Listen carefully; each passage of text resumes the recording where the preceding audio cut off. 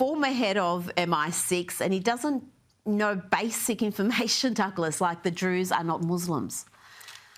Yeah, that was really shocking, I have to say, really shocking.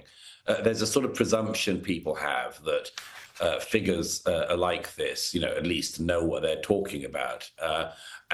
Yes, I mean, he didn't. The Druze, among other things, are not Muslims by any means. Left MPs scream for open borders until Britain collapses. Douglas Murray-esque preposterous abandonment. Watch the brutal truth they Dante want you to hear. If they want to imagine that, that's one thing. But to imagine as a result that it is what it says it is, and that its entities are what they claim to be, is just a grotesque category error. UNESCO, like so many organizations, UNRWA, the UN Human Rights Council, these are not bodies that represent or further the interests of the American taxpayer, the American voter, and often work directly against them. So why exactly should the American taxpayer be funding them? It's a very good question. It's one I'd be posing to our government right here in Australia. Israel and Syria, we know they're resuming dialogue on security matters in the wake of deadly sectarian clashes. We're seeing, just Douglas, horrific acts of brutality, footage that I can't play, the Druze population being targeted, and this footage is simply too graphic, too sickening to play. What can be done to help this community, Douglas, and other religious minorities in Syria? It's absolutely appalling what's been going on in recent days in Syria. Noticeable as always, the people who've been completely silent on the matter, who obsess with anything that Israel does in the region and are totally unbothered when a jihadist or former jihadist, if you take him at his word, like the new leader of Syria, oversees a country in which this kind of ethnic strife is routine and commonplace.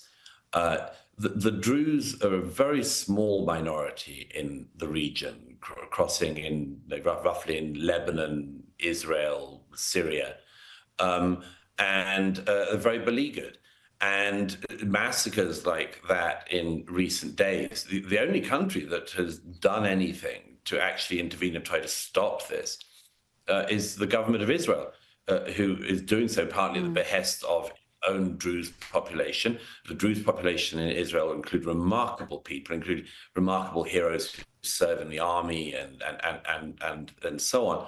But Israel decided to actively step in and try to prevent some of this ethnic cleansing of the Druze of Syria. The rest of the world is just sort of sitting by, either not noticing or just talking about it. And it's very interesting that, isn't it? That once again, Israel in the region alone acts against a threat to a minority and gets no credit for it, no praise for it. In actual fact, as we saw in an interview this week with the former head of the MI6 intelligence services in the US, who was interviewed by, I think, Christian Amanpour on CNN, don't even understand the situation in the region and don't even believe that Israel is acting in the interests of the Druze minority, and also don't seem to understand who the Druze minority are. It is a really shocking lack of comprehension at very high levels. And of course, that means that there's also a shocking lack of action.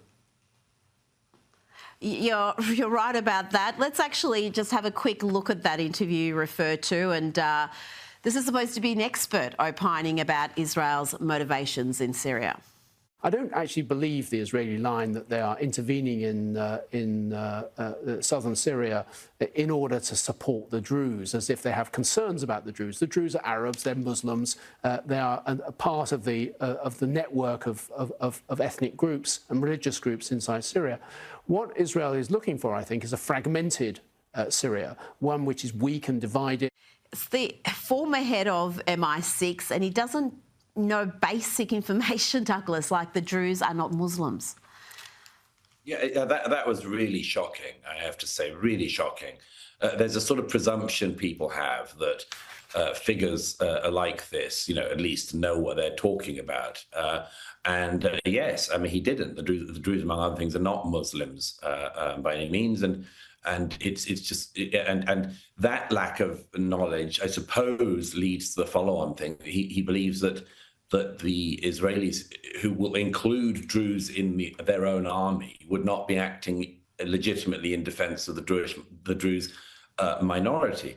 As for the idea that Israel wants a fractured Syria, I mean, this is just pure projection or something like that by the former head of MI6.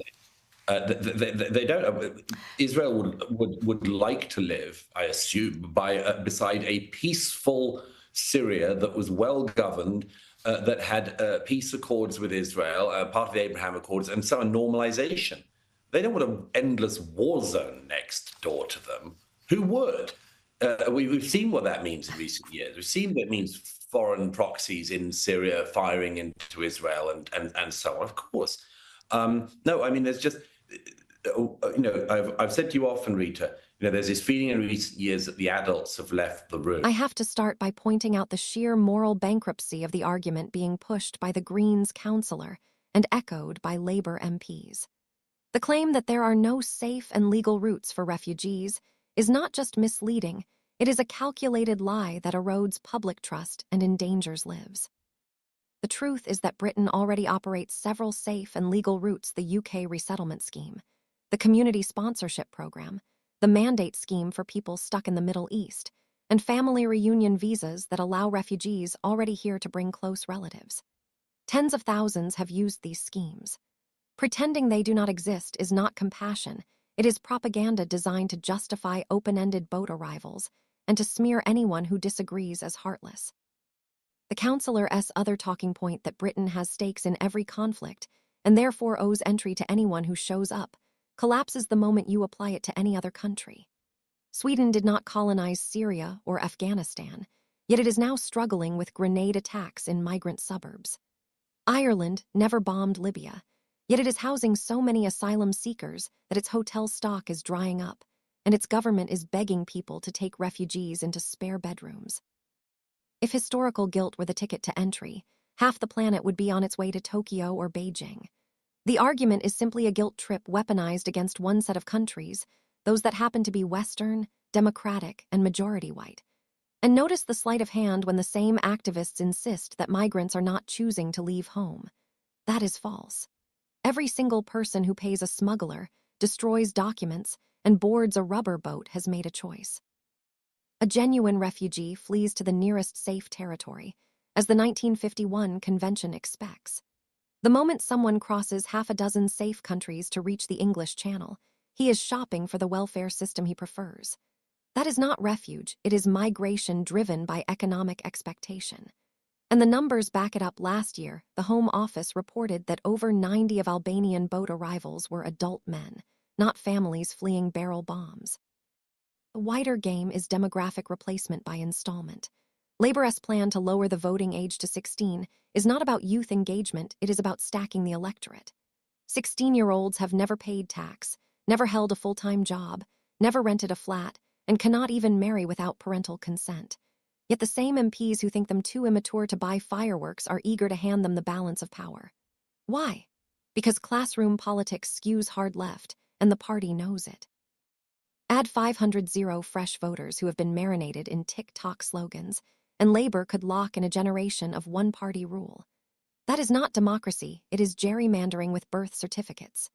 Meanwhile, the cost of the illegal route arrivals is being offloaded onto the very communities the Greens claim to champion. In Stoke-on-Trent, 700 asylum seekers are now housed in a bankrupt hotel that once employed 150 local staff.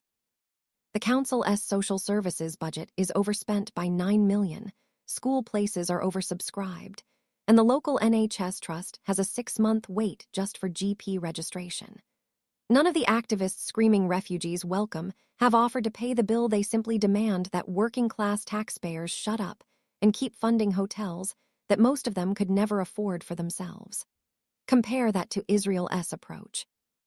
Israel takes in genuine refugees. It absorbed more than 850 Jews expelled from Arab lands, and more recently it gave shelter to Ukrainian Christians and Ethiopian Jews. But Israel also enforces borders. It built a fence on the sign and cut illegal entries from 16,000 a year to fewer than 20. The UN screeched, the NGOs wailed, but Israel protected its social cohesion and avoided the parallel societies now forming in Bradford and Mom. That is the model Britain should follow: firm borders, generous but controlled resettlement, and zero tolerance for smugglers. Instead, our MPs act like defense lawyers for the entire planet. When a constituent in Dover complains that the local Holiday Inn is now a migrant camp, the MP responds with a lecture on British imperialism. When a mother in Liverpool asks why her autistic son's therapy has been cut to fund asylum hotels, the MP tweets a picture of a drowned toddler and calls her racist. This is not representation, it is contempt wrapped in moral vanity. And let us be blunt about the numbers. The UNHCR says there are 114 million displaced people worldwide. Even if Britain took 1 million a year, 10 times our current sky-high rate, it would take 114 years just to clear the existing backlog, assuming no more people were displaced ever again. That is fantasy. The only sustainable policy is helping people where they are funding safe zones in Jordan and Rwanda, cutting checks for camps in Chad and Bangladesh, and using the Royal Navy to smash the smuggling rings instead of acting as their taxi service. Every pound spent on an Albanian man in a 4-star hotel in East London is a pound not spent on a homeless British veteran sleeping in a doorway. Every classroom seat given to an undocumented migrant is a seat taken from a local child whose parents have paid tax for decades. The activists can scream global citizen all they like, the ledger still balances, and the working class always foots the bill. I am tired of being told that wanting a controlled immigration system is far right. Japan has won. South Korea has won. Israel has won. None of them are called fascist for protecting their borders. The real extremism is the open borders fanaticism that would turn Britain into a giant hostel with no locks on the doors. If that is compassion, then bankruptcy is prosperity and chaos is peace. The next election will be a referendum on whether Britain remains a nation-state or becomes a post-national boarding house. I know which side I am: on the side of borders, budgets, and the British people who actually live here.